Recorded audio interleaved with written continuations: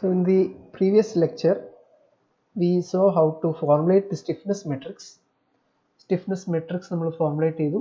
അതുപോലെ തന്നെ how we derived the force vector for a bar which is of length L, area of cross section A.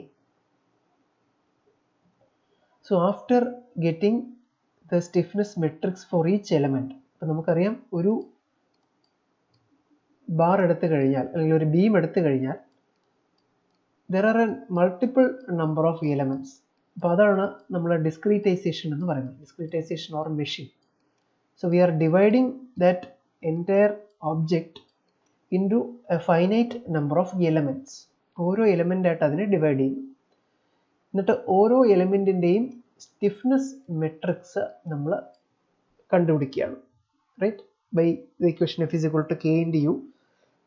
By using different equations, we found out the stiffness matrix for each element. അപ്പം ഒരു ബീമിന് അല്ലെങ്കിൽ ഒരു ഒബ്ജക്റ്റിന് it can have multiple number of elements. അങ്ങനെ ഓരോ എലിമെന്റിനും അതിൻ്റെതായിട്ടുള്ള corresponding stiffness matrix ഉണ്ടാവും. So after getting the stiffness matrix for each element, we have to combine all the stiffness matrices into a single stiffness matrix. അപ്പം നമുക്ക് ഓരോ എലിമെന്റിന് കിട്ടിയിട്ടുള്ള ഈ ഒരു സ്റ്റിഫ്നെസ് മെട്രിക്സിനെ നമുക്ക് ഒരൊറ്റ സ്റ്റിഫ്നെസ് മെട്രിക്സ് ആയിട്ട് അസംബിൾ ചെയ്ത് ഉണ്ടാക്കിയെടുക്കണം. So that is called as the global stiffness matrix. So global stiffness matrix or the combined stiffness matrix എന്ന് വിളിക്കാറുണ്ട്. കമ്പൈൻഡ് അല്ലെങ്കിൽ ഗ്ലോബൽ സ്റ്റിഫ്നെസ് മെട്രിക്സ് എന്ന് പറയാൻ it is a combination of the stiffness matrices of all the elements together. എത്ര element ഉണ്ടോ ആ എലമെന്റ്സിന്റെ എല്ലാത്തിന്റെയും stiffness മെട്രിക്സിനെ ഒരുമിച്ച് കമ്പൈൻ ചെയ്യുമ്പോൾ കിട്ടുന്ന ഒരു വലിയ സ്റ്റിഫ്നെസ് മെട്രിക്സ് ആണ് ഗ്ലോബൽ സ്റ്റിഫ്നെസ് മെട്രിക്സ് എന്ന് പറയുന്നത്. So this is one of the steps in finite element analysis. After we get stiffness matrices, then we assemble all the stiffness matrix together to get the larger global stiffness matrix. ഇനി എങ്ങനെയാണ് ആ matrix formulate ചെയ്യുന്നത്, എങ്ങനെയാണ് global stiffness matrix ഉണ്ടാക്കുന്നത് നമുക്ക് കാണാം.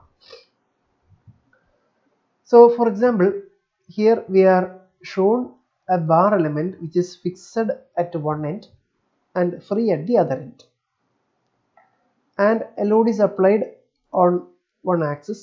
ഒരു axis കണ്ടീഷൻ്റെ ഒരു ആക്സിസിലേക്ക് ലോഡ് വരുന്നുണ്ട്. This load can be due to the self weight, ആ ഒരു ബാറിൻ്റെ വെയിറ്റ് കാരണം ഉണ്ടാവുന്ന ലോഡായിരിക്കാം, or it can also be a load that is being applied. So ആദ്യത്തെ സ്റ്റെപ്പ് എന്ന് പറഞ്ഞാൽ നമ്മൾ ഈ ഒരു ബാറിനെ പല ഡിഫറെൻറ്റ് എലമെന്റ്സ് ആയിട്ട് ഡിവൈഡ് ചെയ്യുകയാണ് into finite number of elements. അപ്പോൾ മാനുവൽ ആയതുകൊണ്ട് നമ്മൾ പരമാവധി കുറച്ച് നമ്പർ ഓഫ് എലമെന്റ്സ് ആയിട്ട് മാത്രമേ ഇതിനെ ഡിവൈഡ് ചെയ്ത് കാണിക്കുന്നുള്ളൂ ഫോർ ഈസി ഓഫ് കാൽക്കുലേഷൻ. ഒരു എത്ര നമ്പർ ഓഫ് എലമെന്റ്സ് ഉണ്ടോ അത്രയും സ്റ്റിഫ്നെസ് മെട്രിക്സസ് ഫോർമുലേറ്റ് ചെയ്യേണ്ടി വരും. ഒരുപാട് നമ്പർ ഓഫ് എലമെന്റ്സ് ആയി കഴിഞ്ഞാൽ the computation time will increase. അത് കാൽക്കുലേറ്റ് ചെയ്യാനായിട്ട് ഒരുപാട് ടൈം എടുക്കും. അപ്പോൾ സിമ്പിളായിട്ട് നമുക്ക് അതിൻ്റെ ഒരു എക്സാമ്പിൾ കാണിക്കാൻ വേണ്ടിയിട്ടാണ് ഇത് ഇത്രയും 4 എലമെന്റ്സ് ആയിട്ട് അതിനെ ഡിവൈഡ് ചെയ്തിട്ടുള്ളത്. So this bar, it is equally divided into 4 elements. You can see here 1, 2, 3, 4. അപ്പോൾ എലമെന്റിനെ നമ്മൾ നമ്പർ ചെയ്യുമ്പോൾ നമ്മളെ നമ്പറിന് ചുറ്റും ഒരു സർക്കിൾ ഉണ്ടാവും. So this is element number, and you can see the different nodes here, nodes or points. So 1, 2, 3, 4, 5. So 5 nodes are there. ഇപ്പോൾ notes ആണെങ്കിൽ നമ്മൾ ജസ്റ്റ് ആ നമ്പർ മാത്രമേ എഴുതുള്ളൂ. ഈ എലമെന്റ് അല്ലെങ്കിൽ we represent the element by element number ആണെങ്കിൽ നമ്മളൊരു സർക്കിളും കൂടെ എഴുതും. So 4 elements are there and 5 nodes are there. So if you write the finite equation for the element, suppose നമ്മൾ ആദ്യത്തെ എലമെന്റ് എടുക്കുകയാണ്, element 1. So we are considering the element 1 alone. ഇവിടെ നമുക്ക് node 1, ഇവിടെ node 2. This is the first element.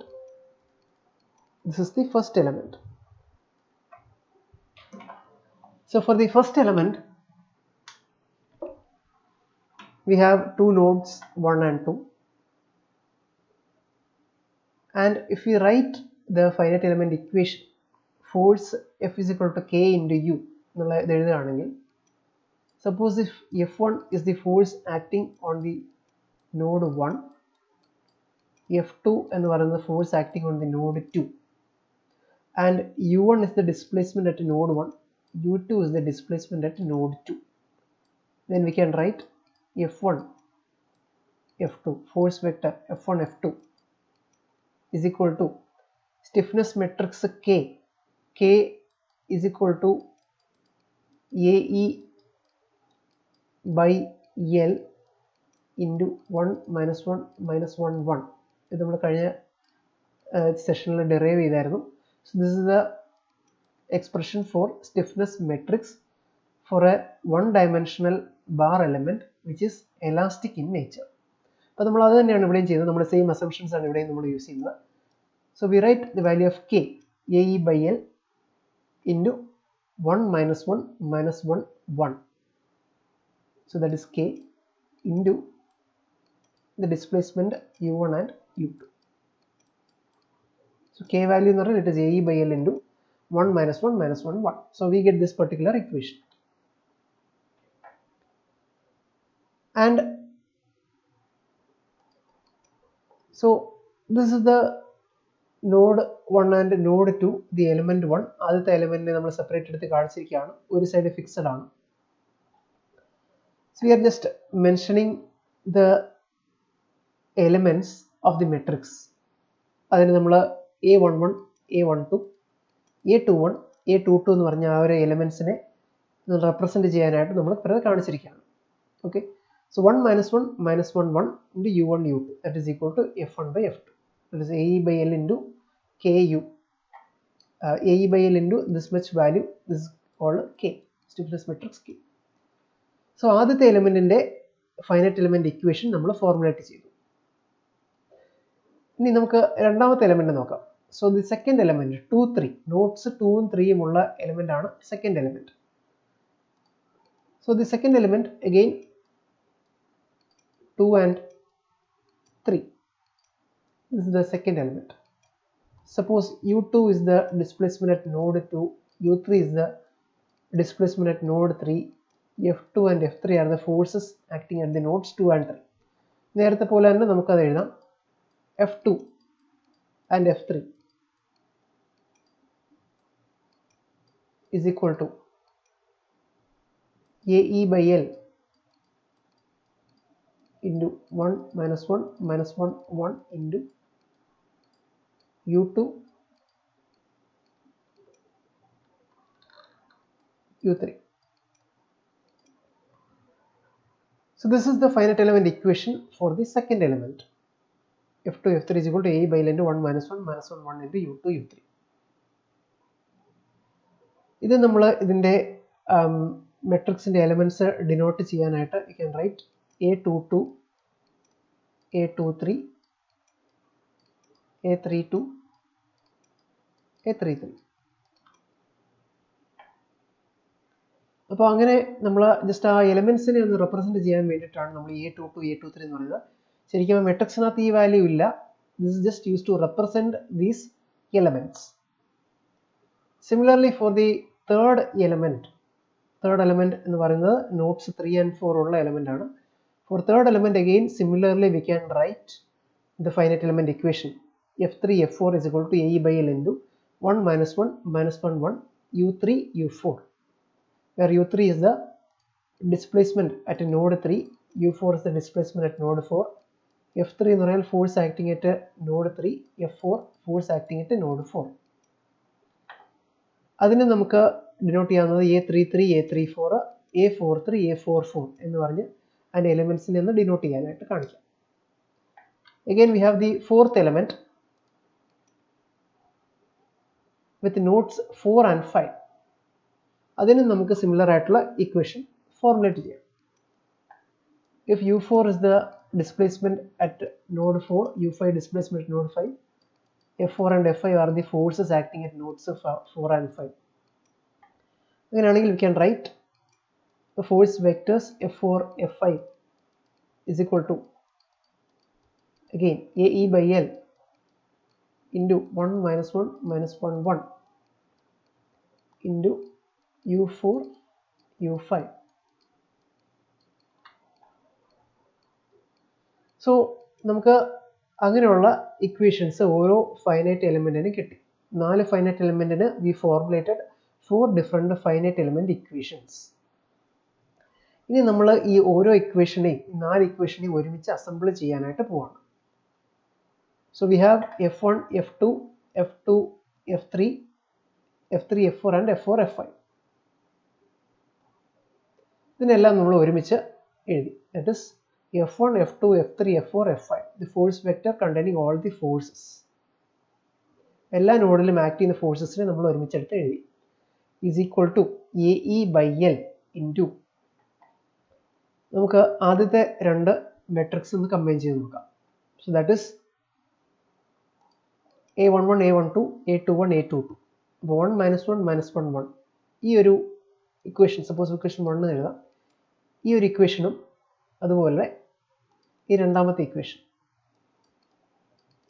ഈ രണ്ട് ഇക്വേഷൻസിൻ്റെയും values നമുക്കൊന്ന് combine ചെയ്ത് നോക്കാം. ആദ്യത്തെ ഇക്വേഷൻ്റെ if you write, we can write F1, F2 equal to AE by L into A11, A12, A21, A22. ഇതാണത് റെപ്രസെൻറ്റ് ചെയ്യുന്നത്. അതിന് ശരിക്കുള്ള വാല്യൂ എന്ന് പറയുന്നത് 1 - 1 - 1 1 ഇൻറ്റു U1, U2.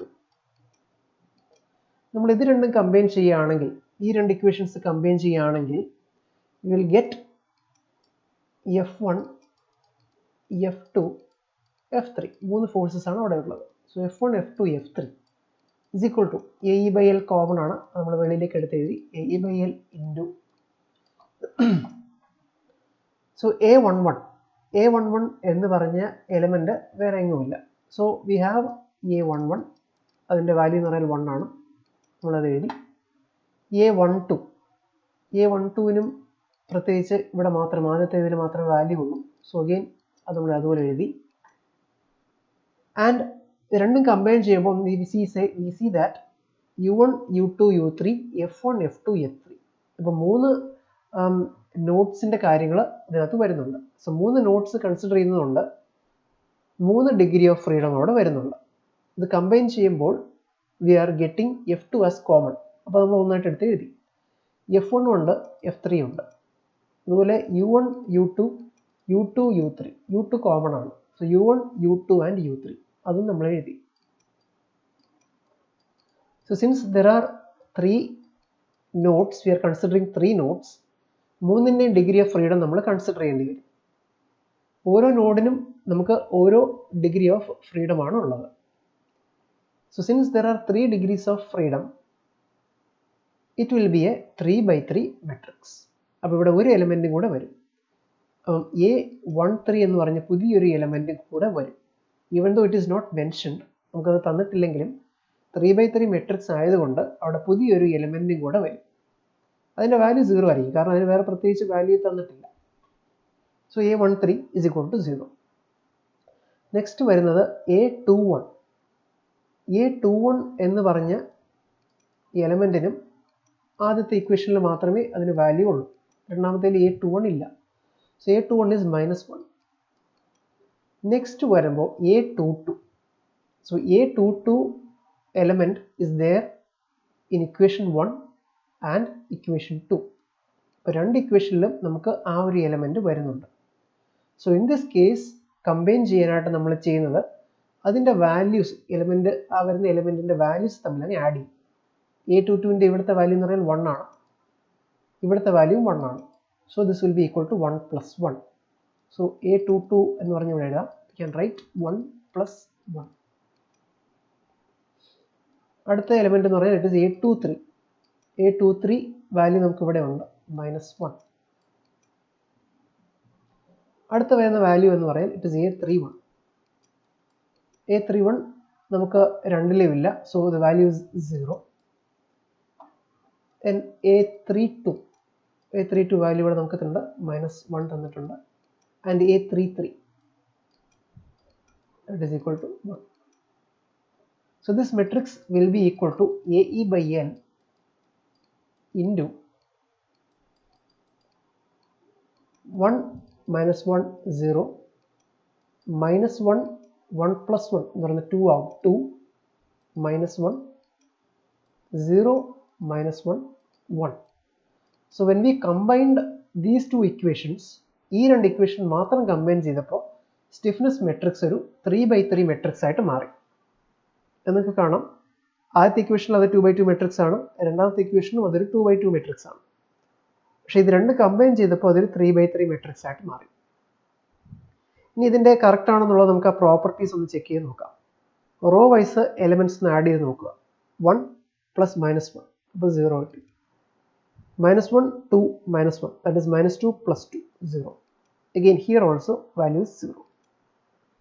ഇനി കോളം വൈസ് ആഡ് ചെയ്ത് നോക്കുക. 0, minus 1 plus 2, minus 1, 0, 0, minus 1, 1, 0. So ആ ഒരു പ്രോപ്പർട്ടി അവിടെ സാറ്റിസ്ഫൈഡ് ആയി. കോളം വൈസും റോ വൈസും ആഡ് ചെയ്യുമ്പോൾ നമുക്ക് വാല്യൂ 0 കിട്ടണം. സെക്കൻഡ്, ഡയഗണൽ എലമെന്റ്സ് എല്ലാം പോസിറ്റീവ് ആണോ നോക്കുക. 1, 2, 1, ഇറ്റ് ഇസ് പോസിറ്റീവ്. ബാക്കിയുള്ള എലിമെന്റ്സിനെക്കാളും എല്ലാം അത് ഗ്രേറ്റർ വാല്യൂ ആണ്. So it is satisfied. So this diagonal matrix, so this stiffness matrix is correct. Okay, അപ്പോൾ ആ രണ്ട് ഇക്വേഷൻ ആഡ് ചെയ്തപ്പോൾ നമുക്ക് 3/3 മെട്രിക്സ് കിട്ടി.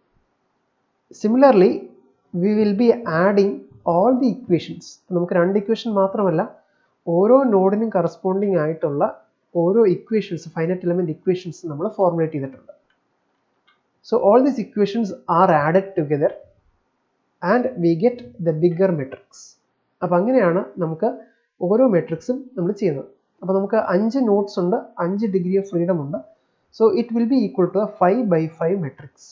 നമുക്ക് 1, 2, 3, 4, 5 elements, row wise 5 elements, column wise 5 elements.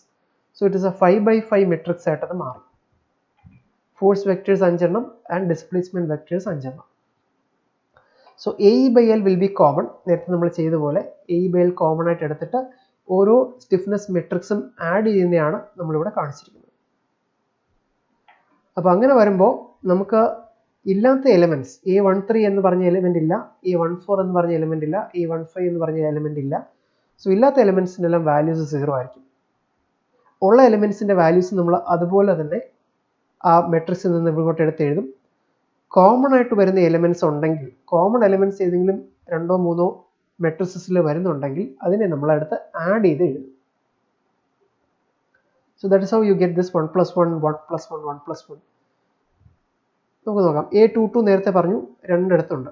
A22 is there in F2 and F3 കണ്ടുപിടിക്കുന്ന ഇക്വേഷനും ഉണ്ട്, F1 ആൻഡ് F2 കണ്ടുപിടിക്കുന്ന ഇക്വേഷനും ഉണ്ട്.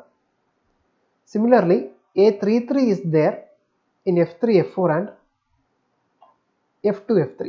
സോ A33 എന്ന് പറഞ്ഞ രണ്ട് എലമെന്റും ആ എലമെന്റ് കോമൺ ആണ് രണ്ട് ഇക്വേഷനിൽ. അതുപോലെ A44ഉം F4, F5ലും ഉണ്ട്, F3, F4ലും ഉണ്ട്. അപ്പോൾ കോമൺ ആയിട്ടുള്ള എലമെന്റ്സിന്റെ എല്ലാം കോഎഫിഷ്യൻസിനെ നമ്മൾ ആഡ് ചെയ്യും. So when we are combining all the stiffness matrices we will add the values of the common elements. അതാണ് 1 + 1, 1 + 1, 1 + 1 എന്നൊക്കെ വരുന്ന കാരണം. ഇല്ലാത്ത എലമെന്റ്സിന്റെ എല്ലാം വാല്യൂ 0 ആണ്. ഉള്ള എലമെന്റ്സ്, ബാക്കിയുള്ള എലമെന്റ്സിന്റെ എല്ലാം വാല്യൂ അതുപോലെ നമ്മൾ എടുത്ത് എഴുതി. സോ ദിസ് ലാർജർ മെട്രിക്സ്, ഈ ഒരു മെട്രിക്സ് ആണ് we call it as the global stiffness matrix.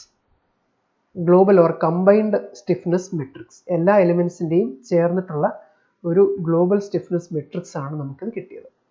അത് കിട്ടുന്നത് എങ്ങനെയാണെന്ന് ചോദിച്ചു കഴിഞ്ഞാൽ, ബാക്കിയുള്ള സ്റ്റിഫ്നെസ്, ഓരോ എലമെന്റ്സിന്റെയും സ്റ്റിഫ്നെസ് മെട്രിക്സസ് നമ്മൾ അസംബിൾ ചെയ്യുമ്പോൾ, കമ്പൈൻ ചെയ്യുമ്പോൾ കിട്ടുന്ന ലാർജർ മെട്രിക്സ് ആണ് ഈ ഒരു matrix. So this is the global stiffness matrix, and global stiffness matrix again it is used to find out the final value of the force and the displacements. അപ്പോൾ stiffness matrix കണ്ടുപിടിച്ചതിന് ശേഷമാണ് നമ്മൾ force കണ്ടുപിടിക്കുന്നത്. Force കണ്ടുപിടിച്ചിട്ട് then we find out the displacement. Now the advantages of FEM. What are the advantages of finite element method? So finite element method എന്ന് പറഞ്ഞാൽ it is again an approximate method. നമ്മൾ കുറേ assumptionsഉം കാര്യങ്ങളൊക്കെ വെച്ചിട്ടാണ് നമ്മൾ ഇത് ചെയ്യുന്നത്. So we get only an approximate value, not the exact value. So over comparing other approximate methods, FEM can handle irregular geometry. ഇപ്പോൾ നമ്മളിതെല്ലാം റെഗുലർ ജോമെട്രിയിലാണ് നമ്മൾ ഈ മാനുവൽ കാൽക്കുലേഷൻസ് എല്ലാം ചെയ്യുന്നത്. ബാർ എലമെന്റ് എന്നൊക്കെ പറഞ്ഞ് റെഗുലർ ജോമെട്രിയാണ്. വളരെ ഇറഗുലർ ഷേപ്പ് ഒക്കെ ആണെങ്കിൽ ഫൈനൈറ്റ് എലമെന്റ് മെത്തേഡ് വെച്ചിട്ട് നമുക്ക് സോഫ്റ്റ്വെയർ ഉപയോഗിച്ചിട്ട് അതിൻ്റെ സൊല്യൂഷൻ കണ്ടുപിടിക്കാനായിട്ട് പറ്റും. മാനുവലി പ്രയാസമാണെങ്കിലും by using softwares it is possible to find out the solution to that problem. പക്ഷെ ബാക്കിയുള്ള മാത്തമാറ്റിക്കൽ കാൽക്കുലേഷൻസ് ഒക്കെ വെച്ചിട്ട് നമുക്ക് അല്ലെങ്കിൽ മാനുവലായിട്ട് നമുക്ക് ഇറഗുലർ ജോമെട്രീസിൻ്റെ ഒക്കെ സൊല്യൂഷൻസ് കണ്ടുപിടിക്കാൻ പാടാണ്. It handles general load conditions without difficulty and non-homogeneous materials can be handled easily. Non-homogeneous material എന്ന് പറഞ്ഞാൽ if we have different combinations of materials.